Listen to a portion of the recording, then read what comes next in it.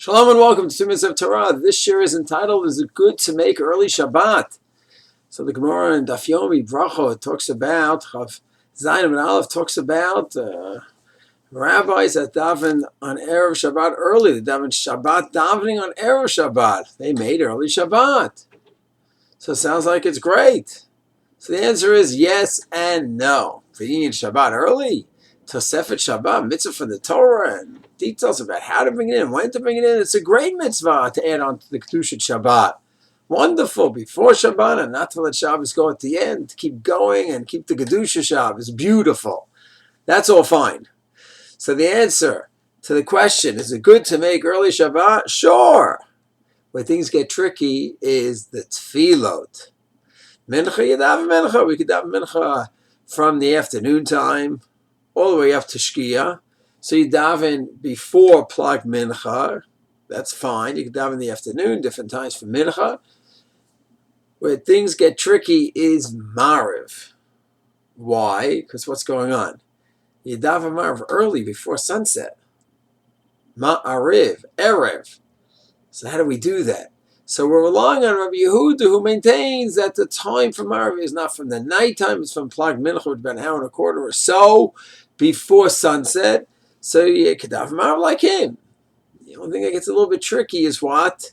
All year long we daven Mariv later, we daven Mincha up till sunset and daven Mariv at nighttime. All of a sudden we switch. So we're relying on the opinion that says that you could go ahead and switch. So it says Avik Ma'aver, that there's flexibility not to always keep the same shita. Most areas of halacha, you keep the same shita for life or whatever you hold. 6 hours, 1 hour, whatever you wait, you do that forever. Beta time, you don't worry about it, you don't just switch. So there are those that say you can even switch. All week long you daven one way, Mincha up till sunset and Marv after, and then Friday, for the sake of extending Shabbos, you could daven Marv early. Okay, so you're relying on that opinion, which is not so simple, but it's an opinion. Okay, but then you daven Marv early. So now you have the mitzvah of Shema. You didn't do the mitzvah of Shema. Because mitzvah of Shema is at nighttime.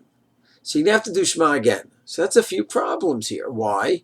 Because that means you did the Mariv with the brachot of Shema, Hamarav Aravim, Gal Yisrael, which dress up the Shema, and you did those brachos without the Shema.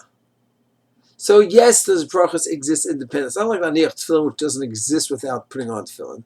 The brachos exist as a brachot of Shema, and they exist as a Tefillah. So you don't say those brachot. But the Shema is lacking, because the Shema is supposed to be at least midrabanan together with the brachot. You give that up. So it's also not ideal. And then, when are you going to do Shema? So you're going to start eating your meal, and it's this man to do Shema already. And you might go ahead and start eating the meal when you're really supposed to be saying Shema, and you should start to eat the meal. So some say, so the halach is if you start the meal a half hour before the Zman of Shema, you're allowed to do that. So that's one way up. But people sometimes get home from shul, and it's a bit of a tricky time. We end up starting the meal within the half hour of the Zman of Shema. So sometimes you'll take a watch, put it in the pocket, and switch hands. So it's like a siman. There are those who rely on that.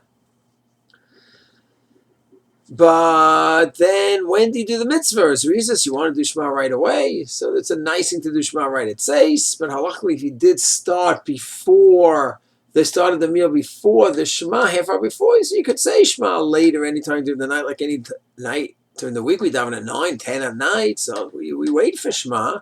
Okay, but then you might end up falling asleep at the meal, falling asleep right after the meal. You're waiting to do it at Hamapil, all 3 parshas at Hamapil. You might fall asleep before that, so that's a tricky part.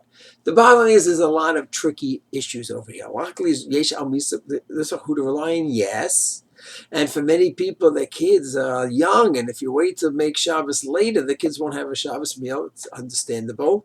But the main point is there is a sugya that needs to be analyzed, looked into, and spoken of with the posek. There are many, Rabbi Yashua and others, that did not hold by this whole idea of davening early because of the complications involved. And now we understand why. But there are many who do it because they want to have a Shabbos for the children as well. So it's just important to have a background overview of the sugya. Shalom.